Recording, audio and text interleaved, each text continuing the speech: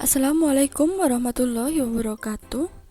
Bertemu kembali kita pada mata pelajaran geografi, masih di bab 4, yaitu materi mengenai negara maju dan negara berkembang. Pada pertemuan sebelumnya, sudah kita bahas materi mengenai karakteristik negara maju dan negara berkembang, persebaran negara maju dan negara berkembang, kemudian bentuk kerjasama antar negara, lalu pasar bebas dunia. Dan pada kesempatan kali ini akan kita lanjutkan materi mengenai strategi pembangunan Indonesia menjadi negara maju.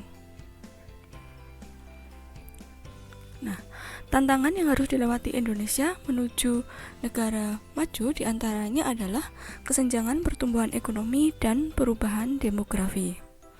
Pertumbuhan ekonomi Indonesia berdasarkan pemaparan pada pertemuan di awal diketahui pertumbuhan ekonomi kita masih jauh di bawah angka pertumbuhan ekonomi negara-negara maju.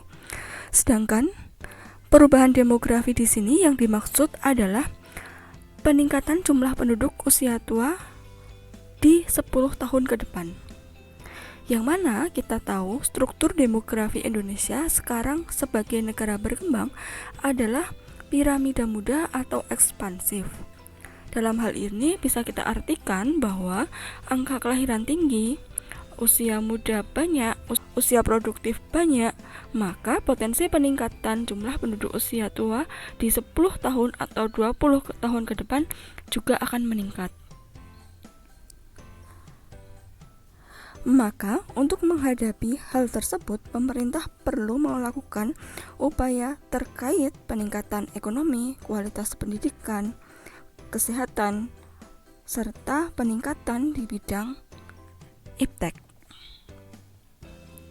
Nah, beberapa hal yang sudah diupayakan oleh pemerintah pada saat ini adalah pembangunan infrastruktur di beberapa daerah, terutama di daerah-daerah yang jauh dari pusat kota. Contohnya di sini adalah pembangunan bandar udara di Papua Barat, kemudian pembangunan akses jalan tol, serta peningkatan kualitas pendidikan baik dari segi kualitas serta dari segi kuantitas. Nah, secara rinci akan kita bahas satu persatu strategi yang telah diupayakan pemerintah Indonesia untuk menuju negara maju. Yang pertama di bidang pendidikan, mengembangkan dan meningkatkan kualitas guru, meningkatkan fungsi dan peran lembaga pendidikan di masyarakat, meningkatkan sarana dan prasarana pendidikan, yang mana tingkat pendidikan penduduk relatif rendah, adanya pembukaan program beasiswa, wajib belajar, dan sekolah gratis. Ini diupayakan oleh pemerintah dengan tujuan untuk peningkatan kualitas pendidikan Indonesia.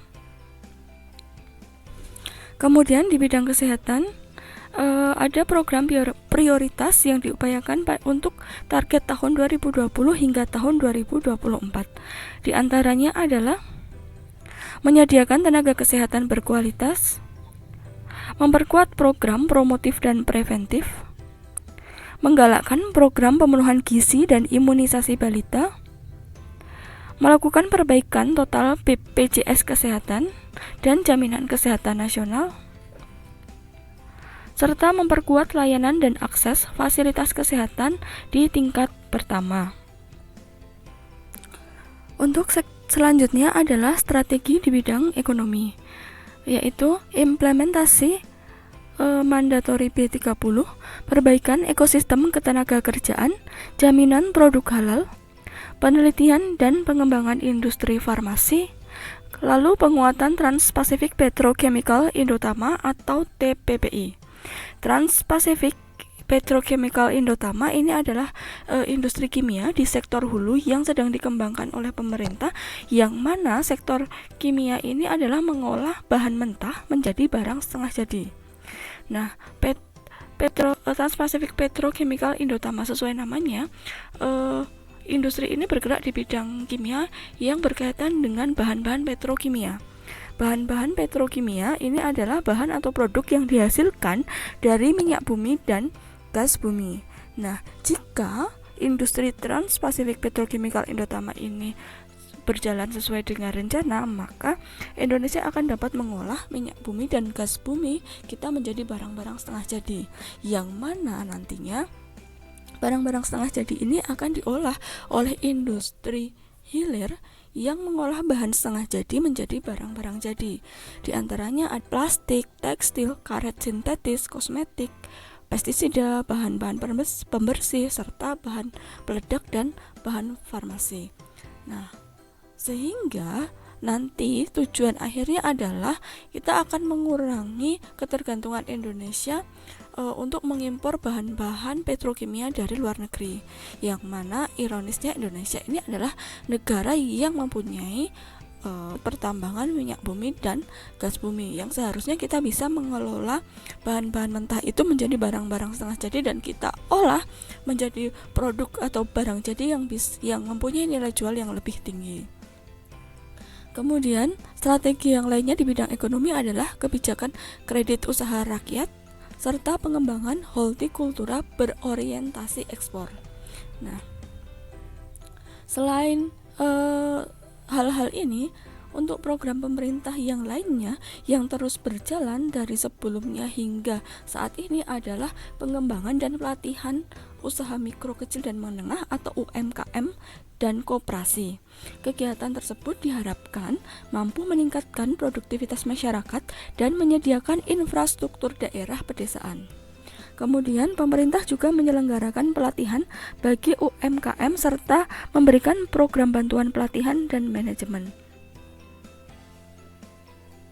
Selain itu, terkait dengan kebijakan kredit usaha rakyat atau KUR, di sini pemerintah memberikan kredit usaha rakyat secara intensif yang tujuannya untuk mendukung kegiatan ekonomi kreatif. Nah, KUR ini berfungsi untuk meningkatkan akses permodalan dan sumber daya lain bagi pelaku UMKM. Kemudian, strategi berikutnya adalah di bidang ilmu pengetahuan dan teknologi.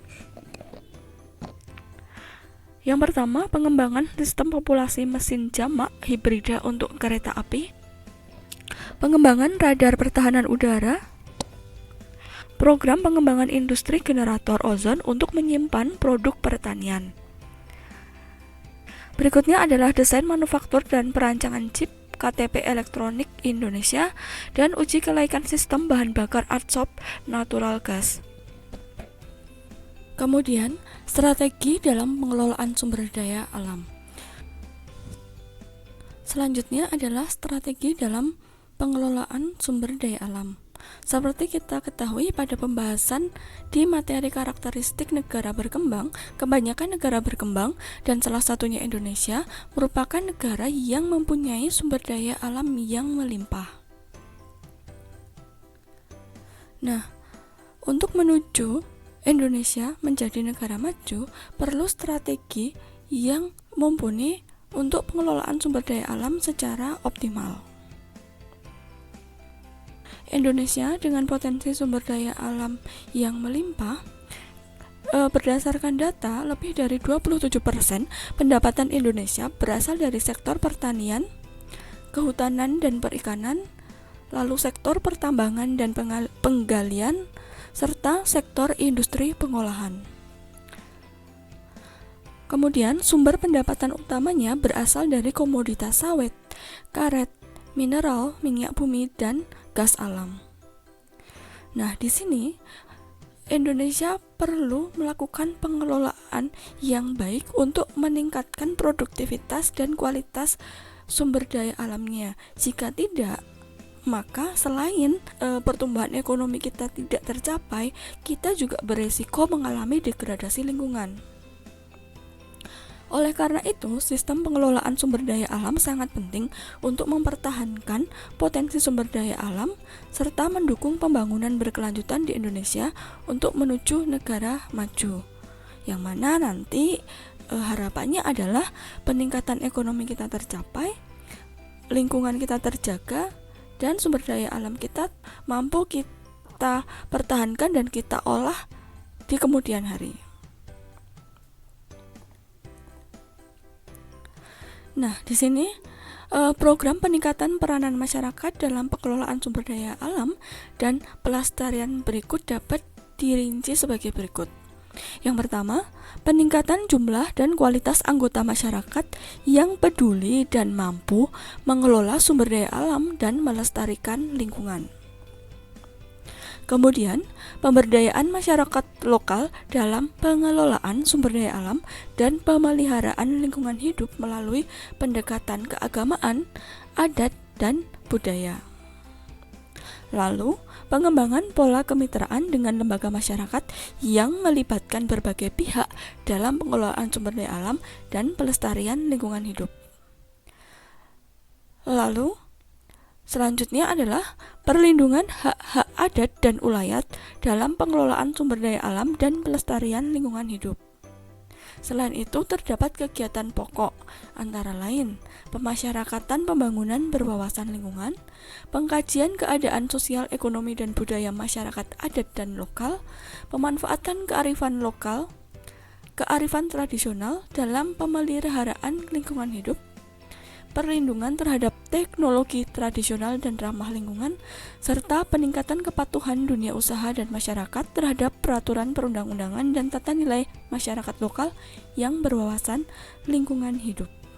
Pembangunan di negara berkembang seperti di Indonesia memerlukan jangka waktu panjang dan berkelanjutan. Mengingat Indonesia memiliki cakupan wilayah luas, jumlah penduduk banyak, suku bangsa dan budaya yang amat sangat beragam, serta potensi sumber daya alam yang melimpah dan bervariasi di setiap wilayah Indonesia. Maka dari itu, apabila kita perhatikan pemaparan strategi-strategi dalam pengelolaan sumber daya alam yang baru saja kita bahas, ini tidak bisa kita lepaskan dari budaya dan kearifan lokal tradisional di setiap suku yang ada di Indonesia. Seperti kita ketahui bahwa suku-suku bangsa yang tersebar di wilayah Indonesia ini masing-masing mempunyai peran penting dalam menjaga keseimbangan dan kelestarian fungsi sumber daya alam dan lingkungan hidup di masing-masing wilayahnya.